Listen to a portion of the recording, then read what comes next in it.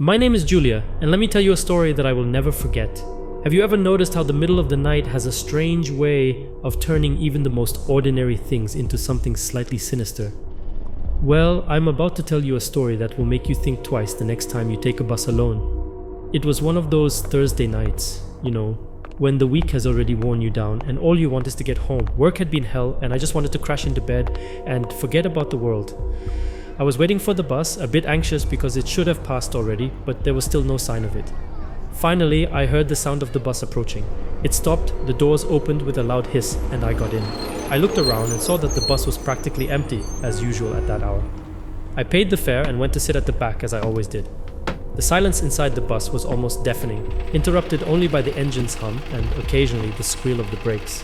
I settled into the seat trying to relax, but that strange feeling wouldn't leave my mind. But let me tell you, things started to get weird when the bus made its first stop. The brakes squealed again, followed by the sound of the door opening. Heavy footsteps climbed onto the bus, and that's when he got on. You know that kind of person you look at and instantly feel a chill down your spine? Yeah, he was that kind of guy. Tall, skinny, wearing a jacket that was way too old for the weather, And the way he walked, it wasn't normal. The bus was empty, but guess where he decided to sit? That's right in front of me. He didn't even glance around, just sat down as if he knew exactly where he wanted to be. I know what you're thinking. Oh, just a coincidence, that's all. But let me tell you, it left me with a lump in my throat, a feeling I couldn't explain. After he sat down, I kept an eye on him, trying to be discreet, of course. But there was no way not to notice. The guy kept looking at his watch. And it wasn't that casual glance, like, oh, what time is it? No. He was looking at his watch as if he were counting every second, every tick. Suddenly he started talking to himself, and it wasn't a whisper, it was loud enough for me to hear, but too low to make out the words. I sat there trying to catch something, but I couldn't make out a single word. And that's when things really started to go off the rails. The bus made another stop, but this time there was no one waiting. It was an empty street, deserted, not a living soul around. And then the guy stood up. At that moment I froze. He hadn't even pressed the button to stop, but there he was, standing waiting for the bus to come to a complete stop. He looked at the door, then looked at me, and that's when I decided it was time to get out of there too. Something told me that staying on that bus, alone with that stranger, wouldn't end well. When I got up to leave the bus, half rushed and scared, the guy was right behind me, and then something unexpected happened. He stopped right at the exit of the bus and looked directly at me, and then he smiled. But it wasn't just any smile, it was one of those smiles that frees your soul. And he said, "Are you scared of me, miss? No need, I was just protecting you." Those words kept echoing in my head. I didn't know what to think, but the guy continued, "I knew he was following you, that's why I got on the bus. He was after you." I didn't know whether to believe him or not. I just wanted to run, and that's what I did. But even as I ran, his words kept echoing. "He was after you." Who?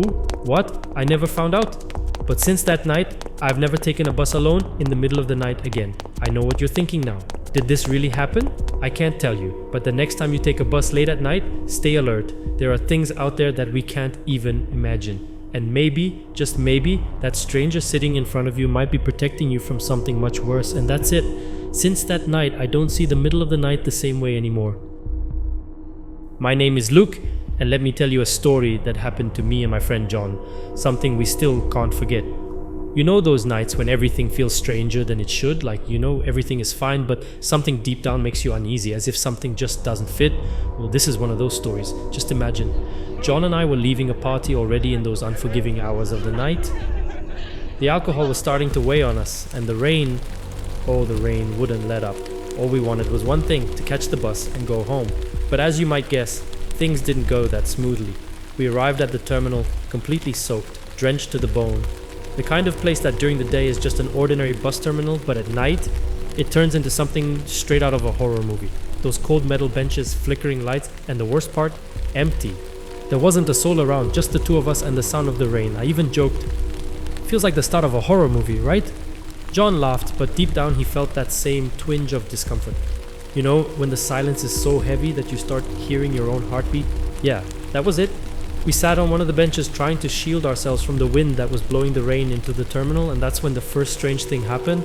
I, always the more observant of the two, noticed something a bit odd. There was a wanted poster stuck to one of the poles. Nothing unusual, right? But the guy's face, well, I couldn't see it clearly because of the rain, but something about it bothered me. John, on the other hand, didn't pay much attention. "Probably just some petty thief, relax," he said. But I couldn't relax. Something about that rain-blurred face. It felt like the guy on the poster was staring right at me.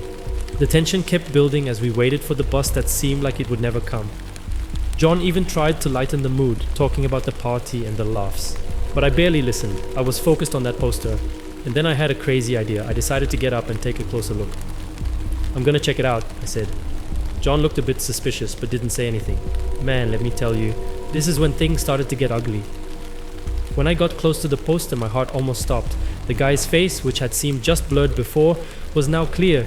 But there was one detail that made me freeze. That guy, he had a scar on his face, a scar I'd recognize anywhere. It was the same guy I had seen at the party. A chill ran down my spine. I ran back to the bench where John was. But before I could say anything, I heard footsteps. Footsteps coming from somewhere beyond the rain. But wait, who would be walking in that rain? And then, my friend, things got really strange. A guy appeared at the entrance of the terminal, completely soaked, but with his eyes locked on us. I recognized the scar immediately. It was the guy from the poster. And the worst part, it was the same guy I had seen at the party, but now it seemed like he was there with a purpose. John didn't understand anything, but I knew it wasn't a coincidence. The guy from the poster started walking toward us, and every step he took seemed to make the entire terminal tremble. Panic gripped me, and I whispered to John, "We need to get out of here, now." We didn't think twice. We ran, slipping in the rain, trying to get as far away from that terminal as possible. But the sound of the guy's footsteps, well, it was getting closer, and no matter how fast we ran, it felt like the terminal would never end. It was as if we were trapped there in that wet nightmare. And what I'm about to tell you now, man, even I get chills just remembering it. We stopped out of breath, and when we looked back, the guy was simply gone. The rain was still pouring down, the terminal was still empty, but the guy, he had disappeared. I didn't know what to think. John was in shock, and then out of nowhere a laugh echoed through the terminal. But it wasn't a normal laugh, it was one of those laughs that chills you to the bone, and right after that, the voice we will never forget, "You think you can run?" That's when the bus finally arrived. But honestly, John and I weren't worried about getting home anymore. The only thing we wanted was to get out of there, fast. We got on the bus without looking back, our hearts still racing. To this day, we don't know who that guy was, if he was real or just a product of our exhaustion and fear. But one thing is certain, we'll never underestimate that feeling that something isn't right. Because sometimes, what seems like just paranoia can be much more real than you'd like to believe. And this story only reinforces what many have already experienced. The night is no joke, the silence, the emptiness, the darkness. Everything seems to come together to play tricks on your mind. But what if it's not just your mind? What if, in fact, there's something else lurking, waiting for the right moment to reveal itself? Have you ever thought about that? Could all those strange feelings you've had, that certainty of being watched, really just be in your head? John and I learned the hard way that sometimes listening to your instincts can be the difference between getting out of a strange situation or being trapped in it forever. Because what happened that night in that terminal wasn't just a product of exhaustion or the rain, and you never know what might be waiting for you, whether around the next corner or the next time you find yourself alone in an empty terminal in the dead of night. So, the next time you're in a situation like that, remember this story. Remember that, as much as it might seem like just another ordinary night, things can change in the blink of an eye. And that poster, that laugh, that sound of footsteps echoing in the void might be more real than you'd like to believe. This is just another one of those stories that makes you think twice before being alone in a strange place at night. My name is Marcel, and let me tell you the story of how everything went terribly wrong during my first week working as a bus driver. You know when you start a new job and you have that mix of excitement and nerves, like you want to do everything right, but at the same time you're terrified of making a mistake? Well, the story I'm about to tell you is exactly about that. Except in my case, making a mistake meant getting caught up in a situation no one would want to be in. Just imagine, me, a rookie driver, starting my first week on the job, taking a midnight shift. Sounds simple, right?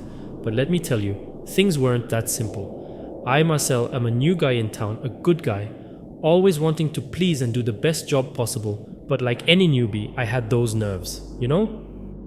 Especially because I didn't know the routes very well. And to make things worse, they gave me the midnight shift. You know how it is, right?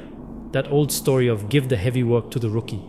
So you can imagine the situation, me alone in the bus in the middle of the night, with the rain starting to fall and that weird feeling of being watched. But oh, little did I know that the worst part was yet to come. As the rain intensified, the roads became emptier, almost deserted. And the route I was taking, It was one of those that passed through somewhat forgotten areas, you know? Those industrial zones that at night looked like ghost towns. I tried to focus, but it was hard. The darkness, the rain hitting the windshield, and the constant feeling that something was out of place. Then I realized that something was indeed out of place. I looked at the GPS and the route I was following. Well, it didn't make sense. The streets didn't match the map, and the path that seemed right before now was a maze of unfamiliar roads. By this point, I started to get really worried. I'd been driving longer than I should have, and the final terminal still seemed far from appearing. Every turn, every street I took seemed to lead me deeper into a part of the city I had never seen before. And the GPS? It kept recalculating the route, as if it were lost too. I started to sweat, and even with the air conditioning on, the nervousness took over. I thought about stopping the bus and trying to ask for help, but ask help from whom? There was no one around, and the few lights I saw in the nearby houses were all off. And that's when things started to get really strange. As I drove, I heard a noise coming from the back of the bus, as if someone had just boarded. But wait, I hadn't stopped anywhere, and the bus was empty just a second ago. With my heart racing, I looked in the rearview mirror and saw a silhouette. A passenger who shouldn't be there. The guy was strange, very strange. He was wearing a heavy coat with the hood covering his face. I tried to stay calm, but the whole situation was so wrong. I knew I hadn't stopped for anyone to get on, so who was this passenger? And more importantly, how did he get in? I tried to focus on the road, but the presence of the mysterious passenger made me increasingly uncomfortable. Every time I looked in the rearview mirror, the guy seemed closer, as if he were silently moving down the aisle of the bus. The worst part was that the more I drove, the more I felt that the road had no end. It was as if I were trapped in a loop, always returning to the same point. And the GPS? Now the device just displayed a blank screen as if it didn't know where it was. Then the passenger finally spoke. His voice was low, almost a whisper, but loaded with an intensity that made my blood run cold. "You're lost, aren't you?" said the stranger, not moving from where he stood. I tried to respond, but the words wouldn't come out. I just nodded slowly, fear growing with every second. The passenger then said something I'll never forget. "There are things we only find when we're lost, and there are things that only find us when we're lost." Those words echoed in my mind, and that's when I realized that the situation was far beyond what I could control. Suddenly the bus stopped. It wasn't a smooth stop, but a violent jolt, as if it had hit something invisible. I was in a panic now, not knowing what to do. I looked in the rearview mirror again, but the passenger, Theo, was gone. The seat where he had been sitting was empty, as if no one had ever been there. I knew I needed to get out of there, but when I tried to start the engine again, nothing happened. The bus was completely dead, just like the streetlights around. I was alone, in the middle of nowhere, with a growing sense that something terrible was about to happen. And then I heard footsteps, but this time they were coming from outside the bus. I looked at the door and my heart nearly stopped. There outside was the mysterious passenger standing in the rain, staring intently at me, but now, without the hood, I could see his face clearly, and I recognized it. It was me, a perfect reflection, but with a dark, almost mocking expression. I was paralyzed by shock. How was that possible? I began to question everything. Was I dreaming, or was this some kind of hallucination? But the feeling was too real, and the figure outside seemed more alive than ever. And then the figure spoke with the same low voice as before. "You got lost, and now it's time to find yourself." The figure entered the bus, calmly sitting in the driver's seat. I, still in shock, couldn't move, and then everything went dark. The bus, the street, everything disappeared into a deep darkness, as if it had been swallowed by something bigger than the night itself. The next day, the bus was found empty, parked on a road that didn't exist on any city map. I was never seen again. And the strangest part, the route I was supposed to take that night was removed from the company's system, as if it had never existed. Some say I got lost in another world, a dimension where time and reality blend together.